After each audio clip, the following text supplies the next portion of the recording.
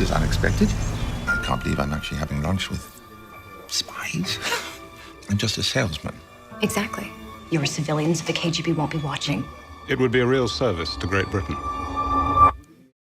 So as a viewer, I mean, I know it makes a spy story sort of satisfying to me, but I'm wondering what makes you like a spy story? Like there is a bit of familiarity to them. We can just Google what happens to Greville Wynne, but we still love the beats of it. Like, what do you love about them? It is a fascinating era, the Cuban Missile Crisis for sure, and the key players and all the operatives involved. But for me, the sort of beating heart of this story and what really drew me to it was the character of Greville Wynne, how he is an everyman, somebody who's pretty ordinary, coasting into middle age, very comfortable, slippers and a whiskey at the end of the day with his paper and joking with his son and having some supper with his wife who's cooking in the kitchen. It's really mundane, very recognizable stuff. And then to be thrown into being a key player in one of the most crucial moments in our world history is that's really what hooked me. And how do you make that transformation? How do you step up to the plate? What do you have to become to do that? What pressures that puts on you, your family? How you then forge a relationship with someone who otherwise would be politically and socially and globally just so distant from you. And yet these men become joined at the hip. They had some shared common human frailties, but also this mission, this amazingly secretive life that only they could talk to one another about, apart from their handlers, I suppose. But it was really about them trusting each other and the sacrifice he makes for that friendship at the end. I mean, these aren't necessarily normal ways into spycraft. You do obviously get your accidental heroes, but it's a far cry from the world of Smiley and from Bond. And, I think what it does share, I guess, with Le Carré's worlds is a real interesting character. And that's where you have to, despite all the kind of thrills and tropes of a period spy drama, you really have to deliver on that. You have to be invested, otherwise, no matter how plot-tastic it is and how many twists and turns, like you said, the satisfying nature of, what's the outcome going to be? It ain't going to really hook you in unless you care about the people you're watching or you're invested in their story. So that was key to me, really. I had read some interviews that you did about this movie, and you talked about sort of other aspects of Greville that maybe we don't necessarily get in the movie, like he was dyslexic or he had sort of married above his stature or station. What can you tell us sort of about him that could sort of help us flesh out and make us like him even more than we already do? Well, I guess, like you say, yes, these things aren't in the film, but they're things that very much inform my research or my delivery of the character. And I think, you don't necessarily always need backstory in order to have it somehow fleshed out. He wears his heart on his sleeve. He's very emotional. He's very upfront. He's not someone you see struggling reading, but he was near illiterate. He was that dyslexic. He was a gift of the gab salesman. He came from a very humble Welsh background. His mother was very aspirational and wanted anything but their condition for her son. She wanted him to better himself.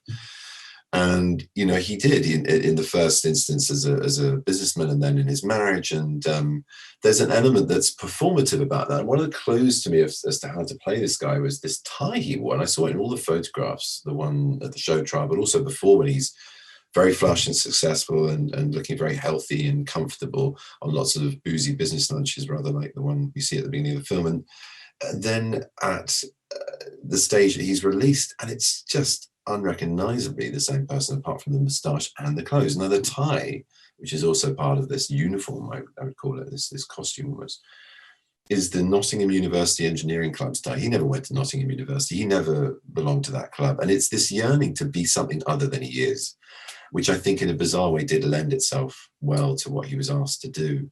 It's not the reason they picked him. It's because his business was traveling east. He was already making connections with networks that didn't give rise to suspicion for the KGB to follow up on, having, exposed all the back channels, the usual back channels through the diplomatic services in the embassies in Moscow. So he was cut from a different cloth to the usual modes of transit for that information flow. However, he did have this thing about him, and this time was a real clue. I thought he's always wanting to belong to something, a club or something. And there is a little element of him that gets off on that spycraft. He starts doing press ups, I think partly to burn off the huge amount of excessive adrenaline that his position puts him in. But his temper, his sense of self-importance, he loses himself in it a little bit. And I think if you read his books, he definitely loses himself. And he's a man who was utterly destroyed by those experiences he had once he's captured in Lubyanka and beyond for this 2.5 years. And not only physically, but mentally, I think he was scarred for life. And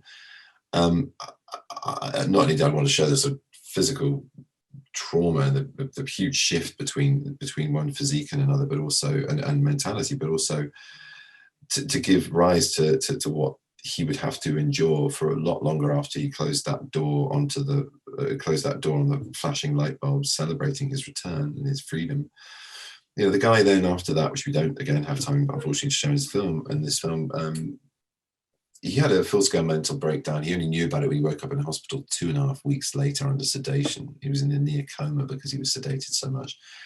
And his biographies, while they do self-aggrandize, he felt he was slightly overlooked by the services that he'd helped give almost his life to.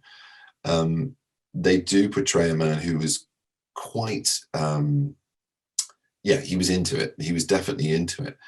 And yet he never quite belonged to the club of the secret services even. And it's kind of tragic that, you know, so I think those elements of it, the emotional punch of that is still in our film in the sense that he knows he can never get back to being what he was before his time in prison. Hence the moment where he's standing in the hallway and we're reminded of what he's endured to that point and the friendship he's lost and spirit of carefree bonhomie and the excitement of that time all gone.